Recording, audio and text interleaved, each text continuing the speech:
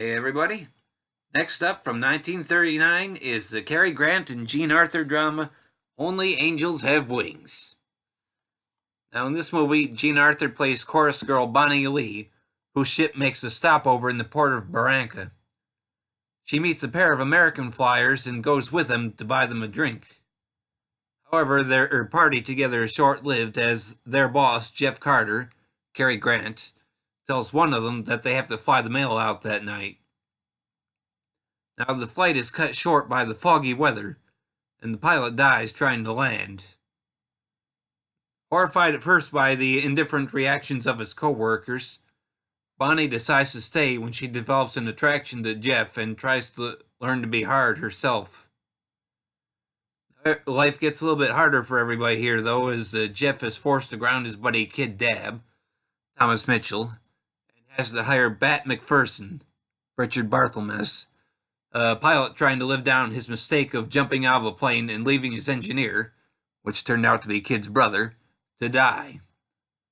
Now, Bat's wife, Judy, Rita Hayworth, makes everything even more complicated, as she was Jeff's former girlfriend, who essentially soured him on women. Now, in learning about this movie, I found that its director, Howard Hawks, had been a flyer himself back during the First World War.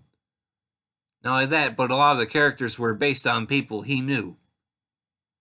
Considering that, it does seem to me, anyways, like Jean Arthur's character is kind of the audience's representative, so to speak, as we're also coming into the world of this group of flyers.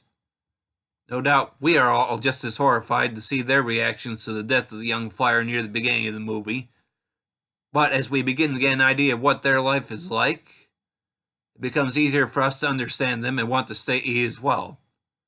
And from that point on, the focus of the movie does kind of seem to shift away from Bonnie Lee onto the men, although we still find room to empathize with her. And to a large degree, we need a bit of an in to this world, as I suspect it was a vastly different life for the airplane pilots at that time, considering commercial flight wasn't a big thing yet. Never mind the idea that it will be different for today's audiences as well, since flight technology has come so far since then. But I really like this movie.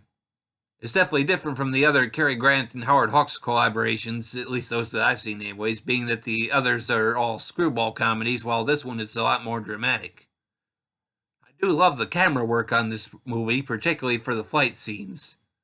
It almost gives us the feeling of flying right along with them. Never more so than when Richard Barthelmess's character, or likely the actor's pilot stand-in, has to fly a doctor up on a cliff, and we follow the plane as it goes around to make its landing. It seems like I had read something that said that this movie influenced the TV shows Tales of the Gold Monkey and Tailspin, and I can certainly see that. I'll admit, this movie's pacing might make it a bit harder for modern audiences to watch, made somewhat worse by an almost episodic nature to it. Never mind some of the plot threads that are not as fully realized as you might expect them to be.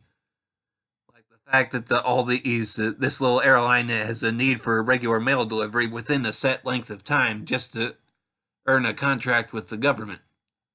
Still, I do enjoy this movie, and I would easily recommend it. This movie is available on Blu-ray and DVD from Criterion Collection and is 2 hours and 1 minute in length. Of course, I should make sure to mention that if you're looking for the movie, don't go judging by this cover because, as I said, the movie is available from Criterion. What I have here is the Turner Classic Movies copy, which was released a few years back, but is already out of print, and so the Criterion is what's available.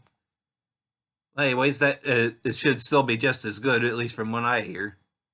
But that should be all for now. Thanks for listening, everybody, and keep tuning in for more.